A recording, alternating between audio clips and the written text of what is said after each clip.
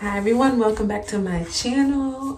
Today I'm going to be doing my skincare routine, so stay tuned. So first things first, I put on a little bit of makeup today, so I will be using a cleansing balm. I'm using the Eadem Dew Dream Cleansing Balm for a couple months now. This is my first bottle actually. I bought a backup one during the Sephora sale, but I love this cleansing balm. I was using another one before, I believe it's the Elemis, but when I found out about this one, I tried it and I loved it.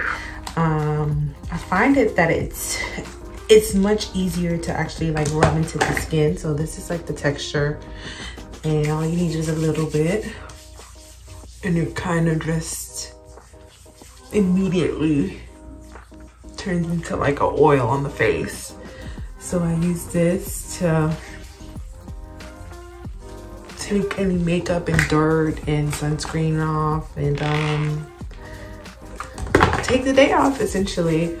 I had brunch this morning, so I put on some makeup. I went out and had brunch with some friends, so I put on some makeup. So I don't really like wearing makeup when I'm at home. So even though it is daytime, I will be taking off my face and using my nighttime routine. So we just want to make sure we work in that cleansing balm. I forgot to do one thing. I forgot to put on my headband so that it doesn't get in my hair. Yeah, that's better. All right, so we're gonna work it in, especially around the eyes, because I wore mascara today. Yeah. So usually a lot of people usually wash off their cleansing balms. I don't particularly like to do that. I just use a wet towelette, and I get this little towelette from Amazon. It comes with, I believe, 80 sheets, and I love them. They're really durable, and they have both sides. So they have like a rougher texture side for things that are hard to come off, and then they have like a little softer side on the other side. So I kind of just wipe off the balm instead of washing it off, because I really don't like how it feels when it turns all milky. I feel like my face kind of feels slimy in a way. So I kind of just like to just wipe it off instead. Just make sure I get everything off. Now that I've taken off most of the makeup, I'm gonna go in with my second cleanser. And this is my favorite. I have not found a cleanser that's better than this one. This is the Hours of Skin Molecular Silk Amino Hydrating Cleanser. Love it, love it, love it, love it, love it. I find that it's not too drying. It leaves my skin moisturized, which is like crazy for a cleanser, but I promise you it does. So I am going to wash my face. So I just wet my hands a little, rub it in, and then I just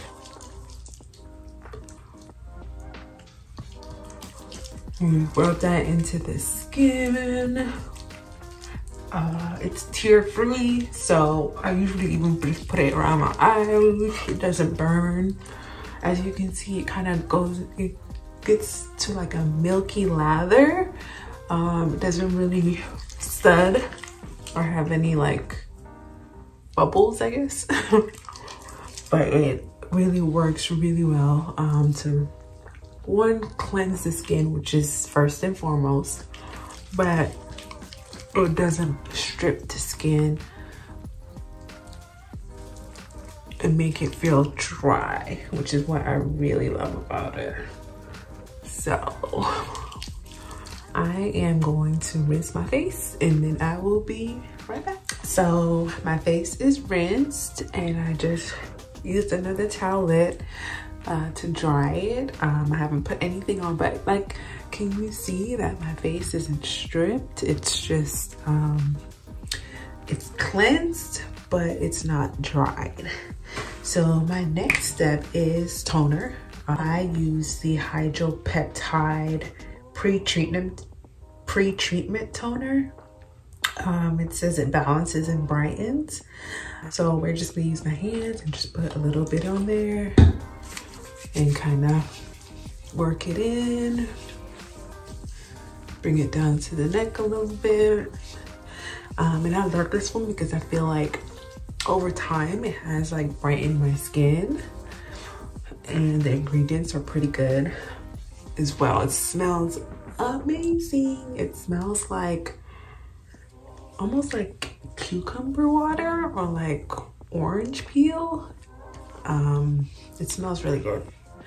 So while that's still a little damp, I'm gonna go in with my first serum. I've been using the Epi.logic master plan. It's supposed to be like a stem cell serum. I like it. It is pretty pricey, but I got this one on sale. Couple pumps onto my face. I like a pump and a half, and then I just kind of work that in. And I believe it. So I'm not really sure exactly what stem cell ingredients do for the skin, but I think there's some research behind that. I might have to look it up to get more information, but I know it also has hyaluronic acid in it, so I like it. I feel like it has done a good job of like helping to even out my skin. And I usually do my neck as well, so I don't want you to feel like I'm just purposely leaving it out, but I'm probably gonna do it tonight, especially since it's during the day. Right now I'm just gonna focus on my face. The next serum that we're gonna do is more of a hydrating serum. This is my Caudalie Resveratrol-Lift. I love this serum, y'all. The way that it feels on the skin, that's like amazing. Like, it smells great, and it really adds a hydrating factor to my skin that I love. I love it. So I let that sit for a little bit. And then while that's doing its thing, I am going to go in with my eye cream. It's the Ulla Henriksen Banana Bright Eye Cream. I was watching Hilo Lux. I follow her on Instagram, and I think she mentioned that this has been the only thing that's like helped to like lighten her dark circles under her eyes. And I've been using it for about maybe almost 6 months now, and yeah, it actually does work. Of course, it takes time, and it's not going to be super drastic, but over time I have noticed that my under eyes aren't as dark as they were before. So the next step is I recently started using Tretnoin. This is Altreno. Tretnoin is a retinoid. It's stronger than retinol, which is the over-the-counter version. And this is primarily used for acne, but it has significant anti-aging benefits, especially when it comes to wrinkles. So I decided I wanted to go a step above retinol, just to kind of as a precursor to prevent any fine lines, even though I'm still relatively young. I think it's better to prevent than to have to do the work on the back end. So I take maybe like a little pea-sized amount, and I just kind of spot it all over my face. I'm gonna put some on my neck as well, and then I rub it in. It has like almost like a Vaseline texture to it. It's supposed to be like relatively gentle due to the amount of oils and stuff in it. So usually when you use Tret, it usually does cause some irritation for the first few weeks. I think there's like an adjustment period, or like a purging, I think that's what they call it, where you might get some breakouts. But with this one, because it is in almost like an oil, it's supposed to be gentler, and I haven't noticed any significant breakouts or purging from it.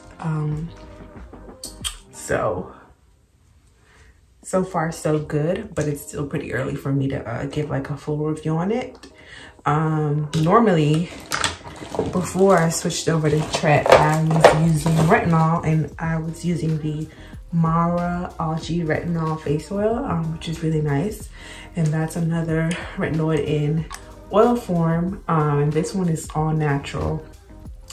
And last but not least, I will be going in with my moisturizer, and the moisturizer that I'll be using is my Skinfix Barrier Triple Lipid Peptide Cream.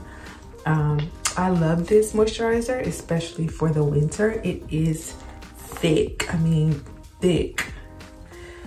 So for the winter, I feel like it's perfect, or if you have skin on the drier end or combo skin, one dab or one pump would literally cover your whole face.